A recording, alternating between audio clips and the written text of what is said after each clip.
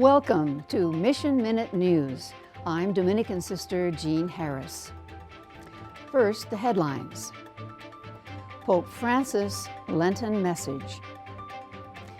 We will not abandon the Ukrainian people. Calling on nonviolent church power. Ukraine sisters in jeopardy again. Closing of Techni Senior Olympics.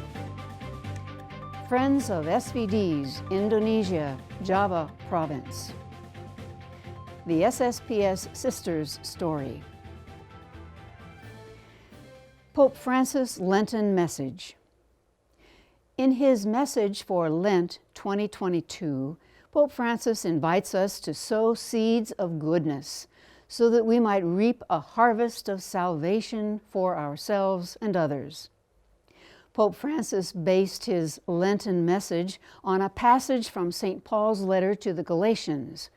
Let us not grow tired of doing good, for in due time we shall reap our harvest if we do not give up. Beginning with the image of sowing and reaping, the Holy Father points out that Lent invites us to conversion, to a change in mindset, so that life's truth and beauty may be found not so much in possessing as in giving, not so much in accumulating as in sowing and sharing goodness. God, he explains, is the first to sow, sowing abundant seeds of goodness in our human family. During the period of Lent, we are called to respond to God's gift by listening to the Word so that it might bear fruit in our lives. In this way, we become God's co-workers. This in turn leads to a harvest. When we sow seeds of goodness and kindness, no matter how small, we radiate light and carry the fragrance of Christ to the world. Recalling the gospel proverb, "One sows while another reaps," Pope Francis reminds us that we see only a small portion of the fruits, and that sowing goodness for the benefit of others frees us from narrow self-interest, infuses our actions with gratuitousness, and makes us part of the magnificent horizon of God's benevolent plan. The Holy Father went on to connect Paul's words to the traditional Lenten practices of prayer, fasting, and almsgiving. Let us not grow tired of praying, he says, realizing that we need God and others. Let us not grow tired of uprooting evil from our lives, embracing fasting in order to fortify our spirit for the battle against sin. And let us not grow tired of doing good in active charity towards our neighbor, giving joyfully and generously to others, especially those in most need. Pope Francis says that each year Lent reminds us that goodness has to be realized each day, reiterating his invitation not to grow tired of doing good, but to believe firmly that if we do not give up, we shall reap our harvest in due time, for our salvation and that of the whole world. We will not abandon the Ukrainian people. In the wake of the Russian invasion, many Ukrainians feel abandoned. But as the war continues, there has also been an eruption of solidarity within the Ukrainian people, from Europe, and around the world. So the Pope called for a day dedicated to closeness with the suffering of the Ukrainian people, saying, God is with the peacemakers, not with those who use violence. Solidarity continues to grow. Solidarity in the images of children, women, and the elderly fleeing on foot or shut up in shelters, praying with the dismayed faces or weeping beside those who have fallen. Europe, so divided on many issues, has never been as united as it is today, standing by the Ukrainian people.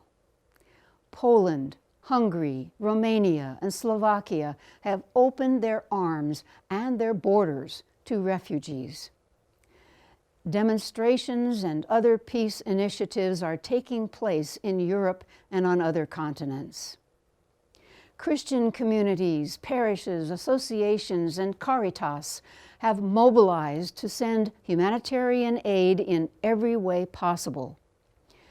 President Zelensky has said that the Ukrainian people are feeling the Pope's support, grateful for his appeal to silence the weapons and his teaching that God is with the peacemakers, not with those who use violence, and that ordinary people want peace. Immediately following the first attack by Russia on Ukraine, the Pope went to the headquarters of the Russian embassy headed by Ambassador Alexander Avdiv on the Via della Conciliazione in Rome. Numerous people had already been killed and injured. Francis stayed for over half an hour, confirmed Matteo Bruni, director of the Vatican press office. He appealed to those who, with political responsibility, to examine their consciences seriously before God, who is the God of peace and not of war. The Pope also called on believers and non-believers alike to unite in joint supplication for peace on Ash Wednesday in the form of prayer and fasting, which are God's weapons against the diabolical senselessness of violence, as a day close to the suffering of the Ukrainian people, raising awareness that we are all brothers and sisters, and imploring God for an end to the war. The pontiff begged the Queen of Peace to preserve the world from the madness of war. The Pope concluded, "Those who wage war forget humanity. They do not start from the people. They do not look at the concrete life of the people, but put partisan interests and power in front of everything. Once again I say, may weapons be silenced. God is with the peacemakers, not with those who use violence." Calling on nonviolent church power. Nonviolent advocates across the world are wondering if the thoughts of St. Pope John XXIII might well apply again to address the situation in Ukraine. In 1963, John XXIII addressed a love letter to the whole world, not just Catholics, in the form of an encyclical, Pacem in Terris, Peace on Earth. It was really that Pope's swan song, as he would die of stomach cancer within 6 months. This was right after the Cuban Missile Crisis, so it was in part a direct response to the growing danger of an accelerating nuclear arms race between the United States and the Soviet Union. Not that Pope John was a stranger to nonviolent peace teaching. During the crisis, he had played a pivotal role in helping the two superpowers pull back from the brink of nuclear war. He delivered a statement on Vatican radio begging all governments not to remain deaf to this cry of humanity, that they do all that is in their power to save peace. Promoting, favoring, accepting conversations at all levels and in any time is a rule of wisdom and prudence, which attracts the blessing of heaven and earth, the Pope said. Historian Ronald Richlock said, with his plea, Pope John XXIII had given Khrushchev a way out. By withdrawing now, he would be seen as a man of peace. And 2 days later, that very thing happened. the Pope had asked both sides to give up their individual truth for a larger one and to break the inexorable cycle of unimaginable violence. Pacem in Terris itself can be thought of as a form of nonviolent action, even more than a call for it. It challenged militarism concretely, laying out steps for change. The number of weapons in every country to be reduced, atomic weapons to be banned, and disarmament to be established and enforced by common agreement. It also explicitly endorsed civil disobedience and resistance. Government authority need not be obeyed when it undermines truth built on justice. The document has inspired and legitimated nonviolent action from the church hierarchy in the Philippines, organizing against the Marcos dictatorship, to St. Oscar Romero's courageous solidarity with the poor, to innumerable movements for peace and justice around the globe. And more recently, the one in April 2019, when Pope Francis mediated an opportunity for peace dialogue on behalf of the 13 million people of South Sudan, whose ceasefire agreement with opposition leaders was beginning to weaken. There was grave danger that this new country would be plunged again into civil war, which had already cost nearly 400,000 lives. The Pope's appeal, after the heart of John the 23rd, said, "I beg you as a brother to stay the course of peace. I appeal to you with all my heart. Move ahead as one." In 2020, a unity government was formed. Nonviolent organizations like Pax Christi International are asking for strong intervention by the Church again, this time on behalf of Ukraine. Ukraine sisters in jeopardy again. The whole world of nations knows that Ukraine is in jeopardy at this time. Rightfully so, the Ukrainian people are fearful of their once dominating neighbor, Russia, taking over to reshape them into autocratic submission. All the religious orders in Ukraine are bracing for possible relocation. One very sturdy resistance group within Ukraine are the Sisters of the Order of Saint Basil the Great, Holy Trinity Province. Their long history begins with the founding of the monastery of Saint Irene in Kiev in 1037. The ensuing 6 centuries saw the sisters transition from strictly cloistered observance to outgoing apostolic works in the 17th century, establishing orphanages and schools, and later caring for the ill as they discerned the needs of the times, and yes, of other places. For example, the US, Poland, Slovakia, Hungary, and Argentina. Nevertheless, strong bonds of support for the province in Ukraine have been maintained. Sisters there endured many difficult years during the communist era of the 19th and 20th centuries. The challenge of reestablishing their properties was particularly hurtful and divisive.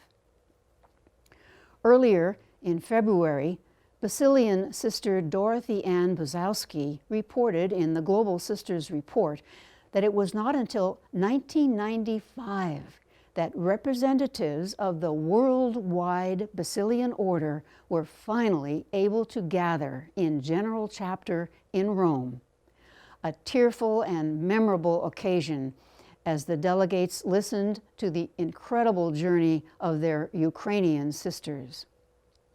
Sister Dorothy, who has served in Pennsylvania at St. Basil Academy, goes on to say that now, once again, the sisters in Ukraine are confronted with an incursion into their borders.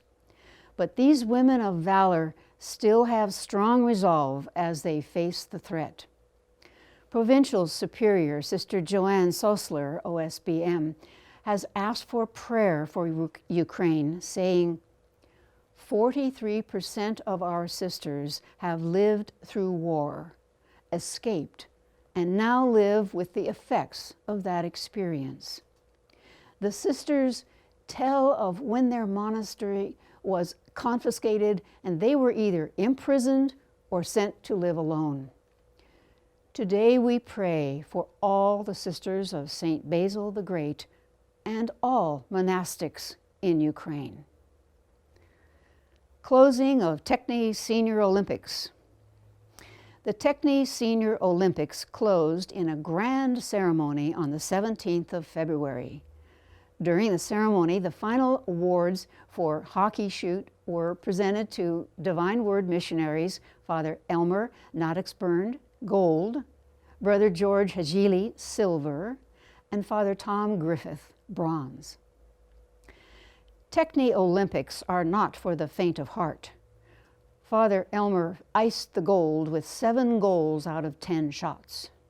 Brother George and Father Tom were neck and neck, with both scoring 5 out of 10 until the tiebreaker, when Brother George landed 3 goals over Father Tom's 2. In the closing ceremony, Father Notixburn received the Mr. Olympian Award for highest overall score, as well as the Olympic Fun Award. Brother Hajili was recognized with the Olympic Determination Award, and Father Gerald Tice received the Olympic Support Award. One of the activities preceding the final event was Bible trivia, a standard of the Techni Senior Olympics. Medal recipients were Father Elmer Notixburn, gold, Father Robert Fisher, silver, and Brother George Hajili, bronze. Another exciting event was diving for pennies. After securing a penny, you toss it into a bowl. The winners were Father Gerald, gold, Brother George, silver, and Brother Matt Connors, bronze. Congratulations, gentlemen. Your spirit and sportsmanship shone brightly. Special thanks to Bridget Clifton Gilchrist, chairperson and photographer for the event. Divine Word Techni is the senior retirement facility of the Divine Word missionaries located just north of Chicago and serving the 3 U.S. provinces with around-the-clock assistive care. SVD partners in Java Province. The Feast of St. Arnold Jansen this January 15th witnessed the birth of a new lay partner group, Pekiyuban Soverdia, in several parishes of the Indonesia Java Province. Father Eko Juliantoro, SVD, Province Mission Secretary, recorded, "It is truly a tremendous blessing for us to see the enthusiasm of our confreres and the lay people to be involved in our mission. The hard work of our confreres to reach, gather, motivate, and develop the lay people is commendable. Our confreres and partners have guided the groups through seminars, recollection, and short retreats to live the spirituality of the Arnaldus family in God's mission," remarks Giuliantoro. SSPS Sisters reporting, "Every mission is a sign of the active presence of the Spirit and of the hand of God that accompanies people in concrete situations. It is in the mission where joy and pain, challenges of personal, community, and social accomplishments are intertwined. In Africa, we, sisters, servants of the Holy Spirit, are present in 10 countries within 6 regions: Angola, Benin, Botswana, Ethiopia, Ghana, the only province, Mozambique, South Africa, Togo, Uganda, and Zambia. The main characteristics of these countries are multiculturalism and multilingualism. The primary challenge in these missions is political and economic instability, which leads to violence and even war, the violation of basic human rights, and drastic increases in unemployment and poverty. There are few indigenous vocations. There is constant struggle with financial sustainability, insufficient number of sisters, and lack of resources. In the Americas, we have 8 provinces and 3 regions. We are present in Argentina, 3 provinces, Bolivia, Brazil, 2 provinces, Chile, Cuba, Ecuador, United States, Mexico, Paraguay, Antigua and Barbuda, St. Kitts, and Jamaica. Currently, our needs are to restructure the provinces and regions to work with laity in a relationship of equality, inclusion, and trust as they share our common mission. Also to help them learn our spirituality and charism. In Europe, there are 6 provinces and 3 regions, plus the Generalate House in Rome. We are present in 15 countries: Austria, England, Ireland, Germany, Italy, Greece, Spain, Portugal, the Netherlands, Slovakia, Romania, Poland, Russia, Ukraine, and the Czech Republic. Here, too, is a pressing need to offer formation to the laity in our spirituality and charism. Our overarching characteristics are a focus on mission and the richness of multiculturalism, collaboration among provinces and regions, the use of smart technologies, a preferential option for refugees, migrants, and the marginalized, and efforts to care for creation. But we face the challenges of secularism, the Church's loss of credibility, xenophobia, fear of refugees, immigrants, and those who are different, and fundamentalist Christian views. Our Asia-Pacific mission includes 17 provinces and 1 region from Asia and 2 provinces from Oceania. We are present in Australia, Papua New Guinea, India, 4 provinces, Indonesia, 5 provinces, Japan, South Korea, the Philippines, 2 provinces, Taiwan, and East Timor. As of December 2020, our count in Asia Pacific is very large, 1,526 sisters, representing 53% of the entire congregation.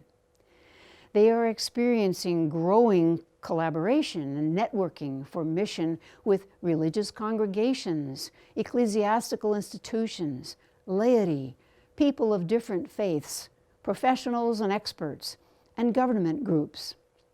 Their challenges are the proliferation of human rights violations and social problems, violence, human trafficking, online sexual abuse, domestic child abuse, and many other issues. New vocations will be most welcome. The job of peacemaking.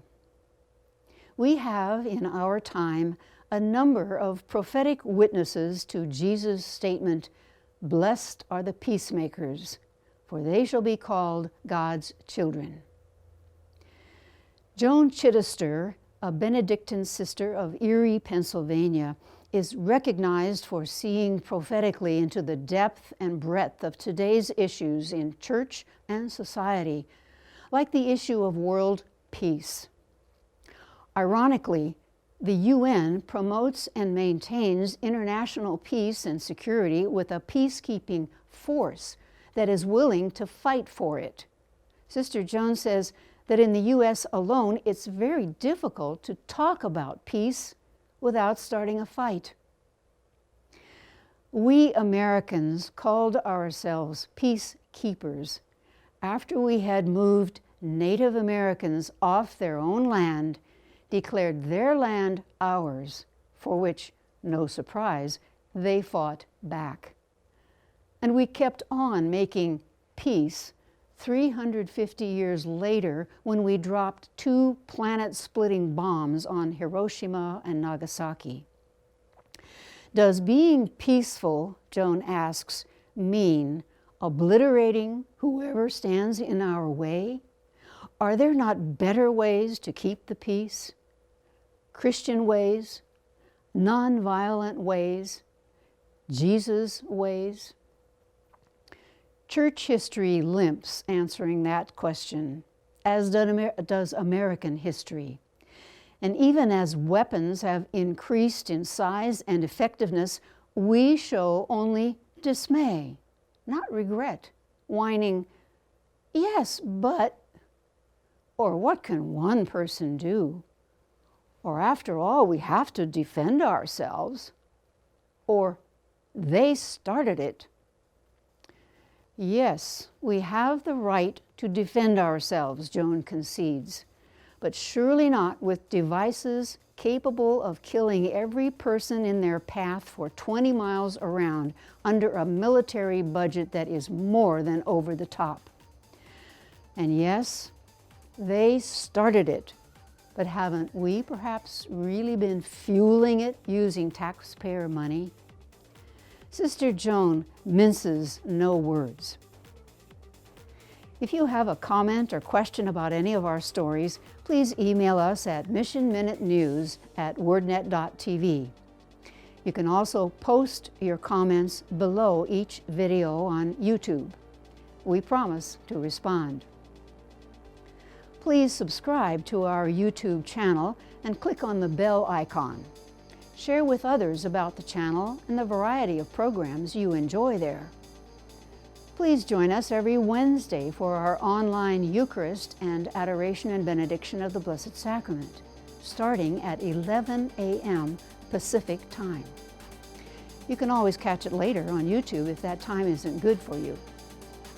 Send us your prayer requests or Eucharistic intentions by contacting us by phone at 909-383-4333 or send an email to mail@wordnet.tv. This is Mission Minute News. Until we meet again, peace to your heart, and may Jesus' love for you make you smile.